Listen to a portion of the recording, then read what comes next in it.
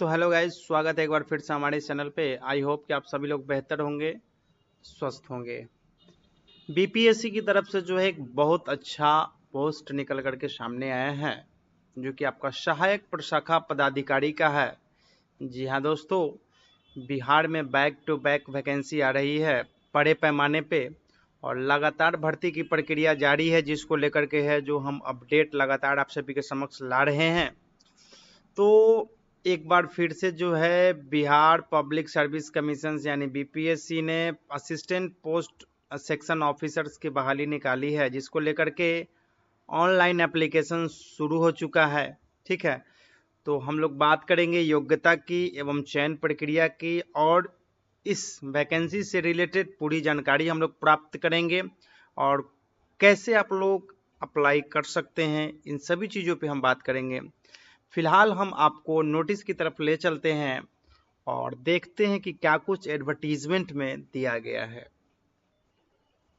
तो ये देखिए, यहाँ पे आपको कह दिया गया है कि विज्ञापन संख्या 37/2025 बिहार लोक सेवा आयोग कार्यालय पटना में सहायक प्रशाखा पदाधिकारी के कुल 41 पदों पर नियुक्ति हेतु सुयोग्य भारतीय उम्मीदवारों से विहित प्रपत्र में ऑनलाइन आवेदन आमंत्रित किए जाते हैं। तो यहाँ पे 41 रिक्त पदों के लिए जो है आवेदन मांगा गया है, और आवेदन जो है आप सभी का ऑनलाइन मांगा गया है, जिसके लिए ऑफिशियल वेबसाइट पर जा करके आपको अप्लाई करना है। ऑफिशियल वेबसाइट आपका है www.bpsc.bihar.gov.in।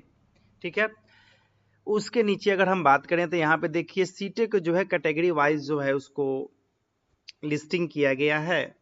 अनारक्षित में जो है 16 सीट है, आर्थिक रूप से कमजोर वर्ग में 4 सीट है, अनुसूचित जाति में 9 सीट है, अनुसूचित जनजाति में 1 सीट है, अत्यंत पिछड़ा वर्ग में 1 सीट है, वहीं पिछड़ा वर्ग में 9 सीटें हैं, वहीं पिछड़ा वर्ग की महिलाएं के लिए 1 सीटें हैं।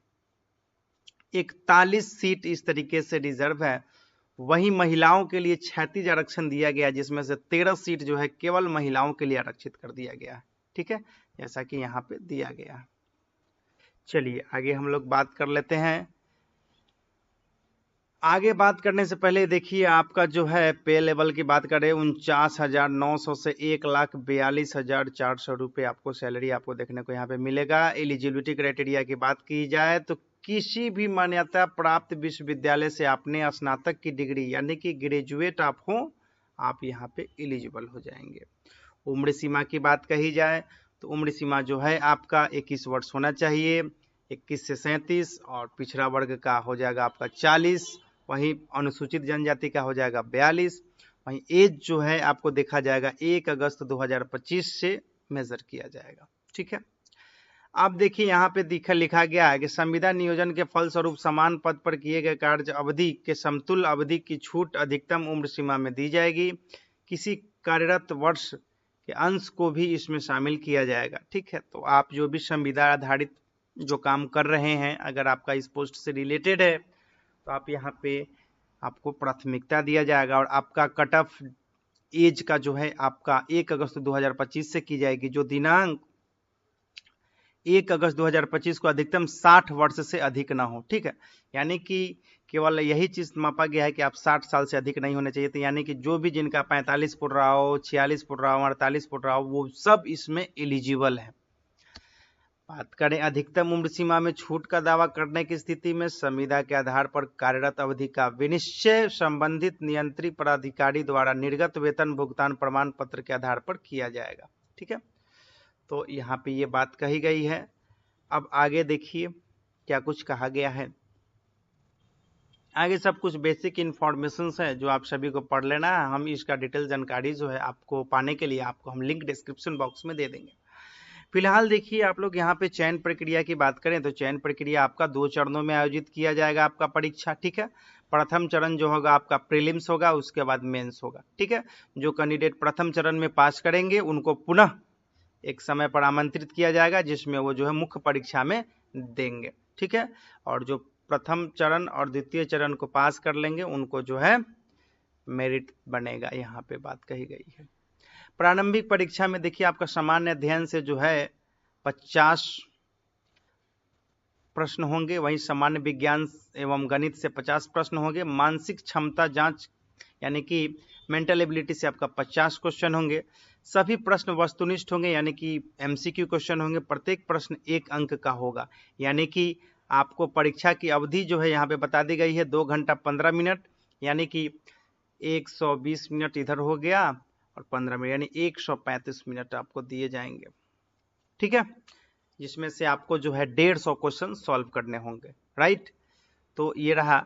उसके बाद बात कही जाए मुख्य परीक्षा, ठीक है, जो आपका उसके बाद होगा। तो मुख्य परीक्षा में देखिए आपका प्रश्न पत्र 1 में आपका रहेगा सामान्य हिंदी, प्रश्न पत्र 2 में रहेगा आपका सामान्य ज्ञान, ठीक है।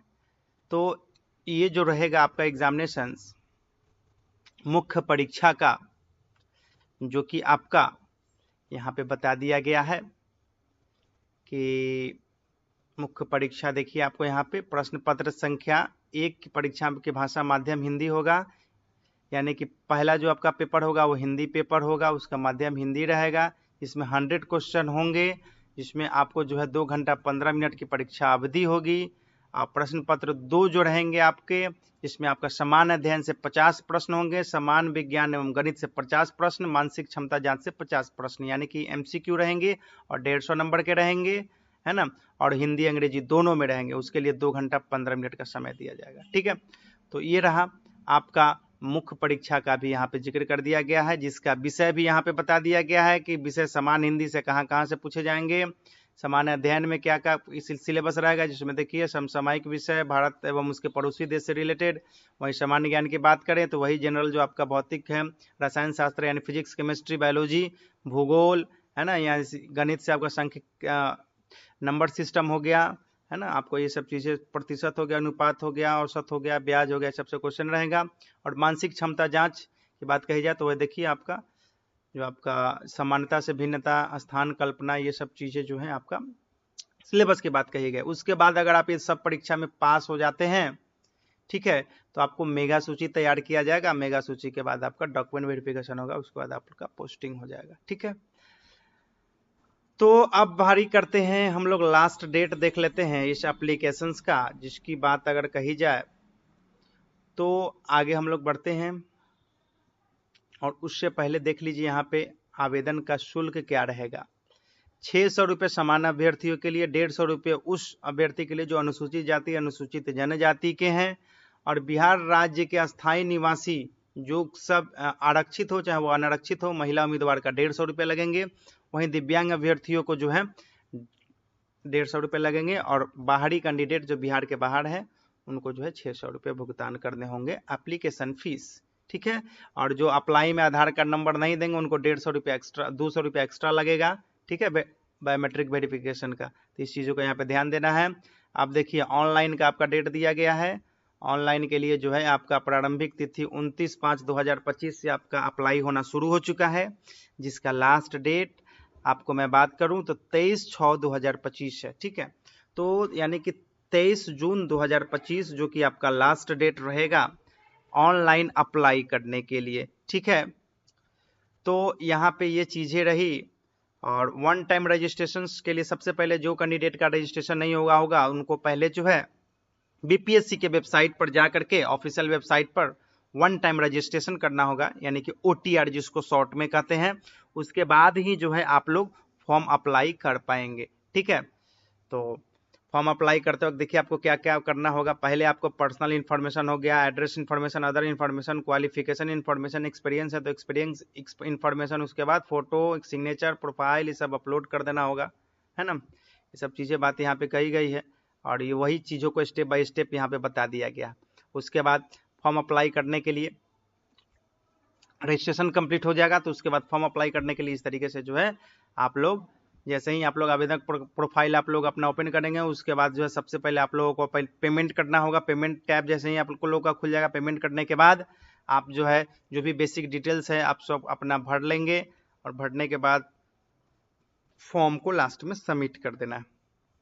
आइए बता ही देते हैं कि रजिस्ट्रेशन कैसे करना है। जैसे आप लोग को जो है BPSC आप लोग टाइप करेंगे .bihar.gov.in/ मारेंगे, डायरेक्ट आप लोग जो है ऑफिशियल वेबसाइट पे आ जाएंगे। यहाँ अप्लाई ऑनलाइन पे क्लिक करना है।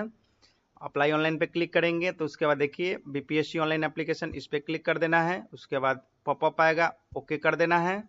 ओके जैसे ही आप लोग करेंगे तो थोड़ा सा टाइम लगेगा, उसके बाद जो है आपके सामने में इंटरफेस निकल करके इस तरीके से सामने आ जाएगा। ठीक है, तो आप लोगों को क्या करना है, जिनका already user ID password create हो चुका है, जिन्होंने ओटीआर कर लिया है, वो अपना यहाँ से लॉगिन करके आगे बढ़ेंगे। जिन्होंने नहीं किया है वहाँ पे न्यू रजिस्ट्रेशन पे जाएंगे और यहाँ पे इस पॉपअप को यहाँ से क्लोज करना है और आप अपना ईमेल आईडी, उसके बाद ईमेल आईडी गेट ओटीपी पे क्लिक करेंगे तो ओटीपी आएगा, उसको ईमेल से वेरीफाई कर देना है। मोबाइल नंबर को भी ओटीपी से वेरीफाई कर देना है। उसके बाद नया पासवर्ड आप लोगों को क्रिएट कर लेना है, कंफर्म कर लेना है। यहाँ पर अपना नाम लिखना है। ठीक है, उसके बाद याद रहे आप सभी को एकदम प्रॉपर नाम होना चाहिए जो आपका मैट्रिक में रहा है। ठीक है, उसके बाद देखिए परीक्षार्थी के पिता का नाम, मदर्स नेम, उसके बाद डेट ऑफ बर्थ, उसके बाद अपना यहाँ पे हो जाएगा जेंडर, है ना। उसके बाद आईडी क्या देना चाहेंगे, आईडी में आपका आधार कार्ड हो गया, पैन कार्ड हो गया, ड्राइविंग लाइसेंस हो गया, जो भी हो। उसके बाद यहाँ पे सब डिटेल्स भर लेना है। इसमें आपको आप यहाँ पे बताया गया है कि मैट्रिक कब पास किए हैं तो सिलेक्ट कर लीजिएगा। उसके बाद यहाँ पे बोर्ड सिलेक्ट कर लीजिएगा। उसके बाद यहाँ पे आप अपना रोल नंबर होगा, रोल नंबर लिख लीजिएगा। उसके बाद आपने 12th कब कंप्लीट किया है वो यहाँ पे टाइप कर लीजिएगा। ब्लड ग्रुप हो गया। उसके बाद फेवरेट स्पॉट पर्सन का नाम यहाँ पे क्लिक करके यहाँ पे रजिस्टर पे क्लिक कर देना है।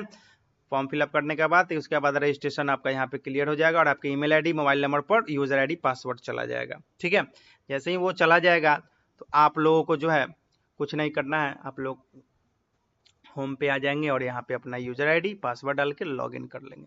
जैसे ही लॉगिन करेंगे तो आपका प्रोफाइल ओपन हो जाएगा और आप लोग वहाँ से प्रोसेस कर पाएंगे एप्लीकेशन को। ठीक है, एप्लीकेशन वहाँ पे पूछेगा कौन एप्लीकेशन भरना चाहते हैं तो आप लोग असिस्टेंट सेक्शन ऑफिसर सिलेक्ट कीजिएगा। ठीक है, तो ऐसे ही है बेसिक इन्फॉर्मेशन है ना, कोई दिक्कत हो तो बताना है। वैसे मैंने पूरा ओवरव्यू दे दिया।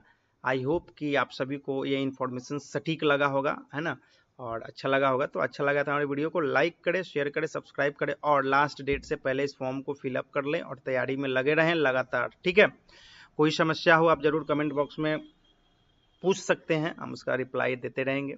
ठीक है, तो चलिए वक्त हो चला है, उसके बाद फिर मिलेंगे एक नया एडवर्टीजमेंट, एक नई उम्मीद और एक नया इंफॉर्मेशंस के साथ।